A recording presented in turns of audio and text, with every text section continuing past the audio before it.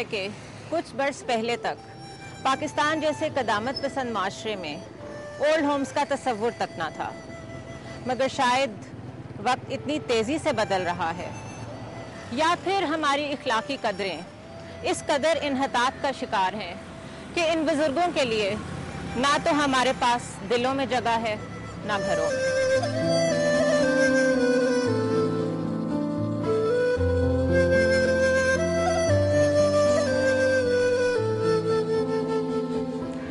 آج کے اس پروگرام فرش سے بوجھ تک میں ہم ان تمام اخلاقی، سماجی، مذہبی اور معاشرتی نقطۂ نظر کا جائزہ لیں گے جنہوں نے نہ صرف ہمیں اپنوں سے دور کر دیا ہے بلکہ ہماری اپنی زندگیوں کو بھی ادھورا کر دیا۔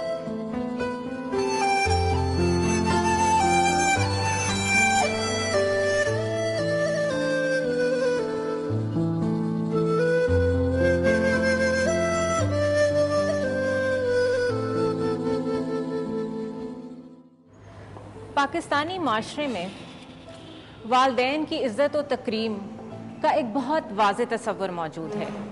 یہاں ماں کے قدموں تلے جنت ہے تو باپ کی رضا میں خدا کی رضا ہے، مگر اب یہی معاشرہ اس جنت اور رضائے ربانی سے دامن چھڑاتا نظر آتا ہے۔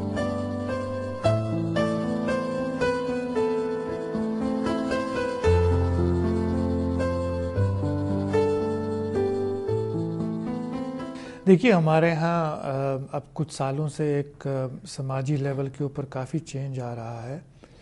پہلے آپ دیکھتے تھے کہ ہمارے گھر بڑے ہوتے تھے، جوائنٹ فیملی سسٹم ہوتا تھا، بزرگ رہتے تھے گھروں میں۔ اب ہم اپارٹمنٹس میں آ گئے ہیں، چھوٹے گھروں میں آ گئے ہیں، فلیٹس میں آ گئے ہیں، اور پریشرز اتنے بڑھ گئے ہیں کمانے والے کے اوپر کہ اب نہ صرف آدمی کماتا ہے، اس کی بیوی بھی کماتی ہے۔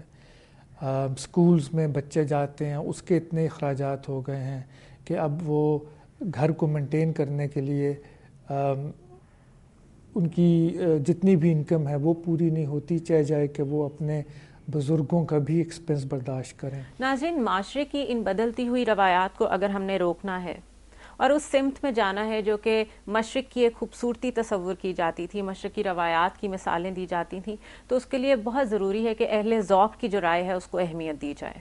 اس وقت ہم موجود ہیں ایک ایسی ہی شخصیت کے گھر جن کا سول سوسائٹی میں بہت بڑا نام ہے، اتنی قداور شخصیت ہے کہ میرے خیال ہے نام سے بہتر تعارف ان کا ہو نہیں سکتا۔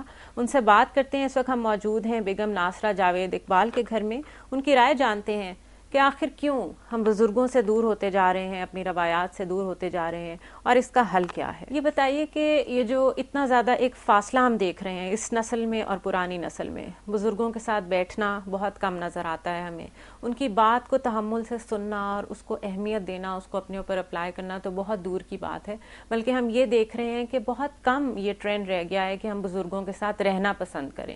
اس کی کیا وجہ ہے؟ شاید اس کی وجہ یہ ہے کہ ہر شخص چاہتا ہے کہ اس کو اپنی سپیس ملے۔ جو ینگسٹرز ہیں جن کی شادیاں بھی ہوتی ہیں، وہ لڑکیاں چاہتی ہیں ان کے اپنے گھر کو آراستہ کرنے کا طریقہ ہوتا ہے، ان کے آنے جانے پہ کوئی پابندیاں نہ ہوں، ان کے طور طریقے پہ، رہن سہن پہ کوئی کسی قسم کی قدغن نہ ہو۔ بزرگوں کے شاید زاویہ نگاہ کچھ اور ہوتا ہے، وہ کسی اور انداز میں زندگی بسر کرنا چاہتے ہیں، بچوں کی کوئی زندگی بسر کرنے کا طریقہ اور ہے، کیونکہ آج کل یہ انفارمیشن ٹیکنالوجی کی وجہ سے اور میڈیا کی وجہ سے میں سمجھتی ہوں بہت تیز رفتاری سے بود و باش کے جو انداز ہیں ان میں تبدیلیاں آ رہی ہیں۔ تو شاید اس لیے میرا خیال ہے کہ نوجوان سوچتے ہیں کہ ہم علیحدہ رہیں تو ہمیں اس میں زیادہ آسودگی ہوگی اور کسی کی مداخلت نہیں ہوگی، لیکن اس کے اپنے بہت منفی اثرات بھی ہوتے ہیں۔ مثلاً کہ اگر چھوٹا بچہ یا بچی ہے اور ماں بھی اگر کسی کام پہ جاتی ہے، جیسے کہ آج کل بہت سارے خاندانوں میں میاں بیوی دونوں کام کرتے ہیں، تو بچوں کو دیکھنے کے لیے کوئی نہیں ہوتا۔ اور دوسری بات یہ ہے کہ اکیلے رہنے میں سیکیورٹی کا آج کل بہت بڑا مسئلہ ہے، کیونکہ بچوں کے لیے، بڑوں کے لیے، سب کے لیے ہی ہے، تو پھر علیحدہ علیحدہ انتظام کرنا، خرچ بہت بڑھ گیا ہے جس طرح کہ مہنگائی کا حال ہے۔ اگر لوگ اکٹھے رہیں تو ایک تو اخراجات کم ہوتے ہیں، ایک بچوں کو بزرگوں کی رہنمائی ہوتی ہے، اگر ماں باپ کام کر رہے ہیں، ہوم ورک کرنا ہے، اس میں آسانی ہو جاتی ہے کہ دادا کرا لیتے ہیں، کچھ دادی کرا لیتے ہیں، نانا ہو نانی ہو، جو بھی ہو مطلب خاندان کے لوگ. اور پھر بچوں کو سنبھالنے میں جو بہت بڑی آسانی ہے، جو نوزائیدہ بچہ ہے خاص طور پہ ماں کو تھکاوٹ ہوتی ہے، سمجھ نہیں ہوتی، تو ساتھ اس کی اپنی ماں ہو، نانی یعنی کہ یا دادی ہو، تو بہت آسانیاں ہوتی ہیں. لیکن اب دیکھتے ہر ایک یہی ہے کہ جی اس آسانی کو ہم زیادہ اہمیت دیتے ہیں یا اپنی سہولت کو، اپنے رہن سہن کو.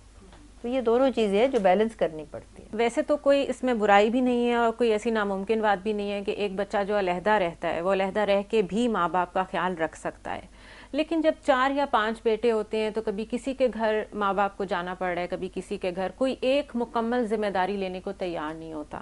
تو کیا آپ کو لگتا ہے کہ وہ ڈسون کر رہے ہوتے ہیں اور ایک ذمہ داری سے زیادہ ایک بوجھ سمجھ رہے ہوتے ہیں اس وقت اپنے بزرگوں کو؟ وہ اس وقت ماں باپ کو یہ سمجھ نہیں آتی کہ یہ جب ان کی شادیاں ہوں گی تو یہ اپنے اپنے گھروں کے ہو جائیں گے، تو ان کا شاید خیال نہ رکھے. بلکہ لڑکیاں پھر بھی میں سمجھتی ہوں ماں باپ کی زیادہ ہمدرد ہوتی ہیں اور ان کو زیادہ توجہ دینے کا امکان بھی ہوتا ہے. لیکن پھر بھی میں سمجھتی ہوں کم بچے ہوں زیادہ بہتر ان کی تربیت ہوتی ہے، ان کو ماں باپ کا بھی زیادہ پیار ملتا ہے، ان کی توجہ ملتی ہے، وہ ظاہر ہے اسی طریقے سے واپس کریں گے.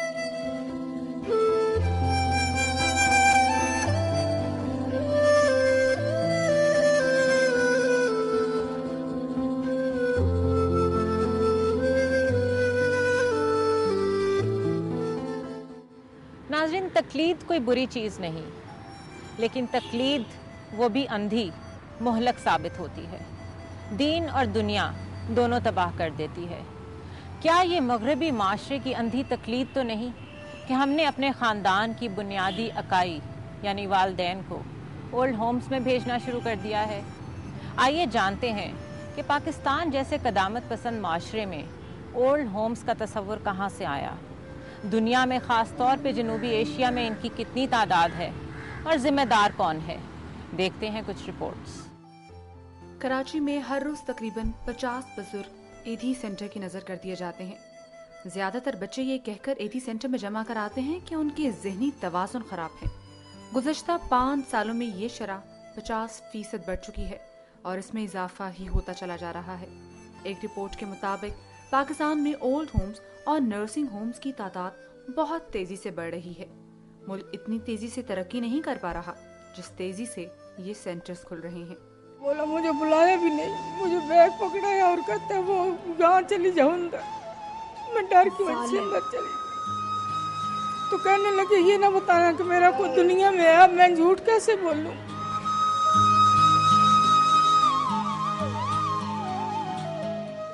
اللہ اسے معاف کر دے، قیامت کا دن تو ملے گا، اب نہ ملا گا.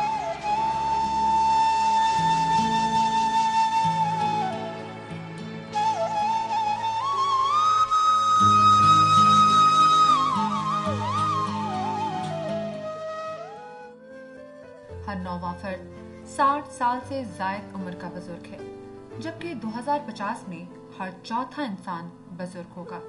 بزرگ آبادی میں خواتین کی شرح 55% ہے. پاکستان کا ہر 19واں اور دنیا کا ہر 9واں شخص بزرگ ہے. 2050 میں ہر 4تھا انسان بوڑھا ہوگا. دنیا میں 60 سال سے زائد عمر کے افراد کی تعداد 73 کروڑ 70 لاکھ ہے. ناظرین، آپ نے دیکھا دنیا بھر میں خاص طور پہ جنوبی ایشیا میں اولڈ ہومز کی کیا صورتحال ہے. پاکستان میں اولڈ ہومز کی کیا صورتحال ہے، جانیں گے اس بریک کے بعد.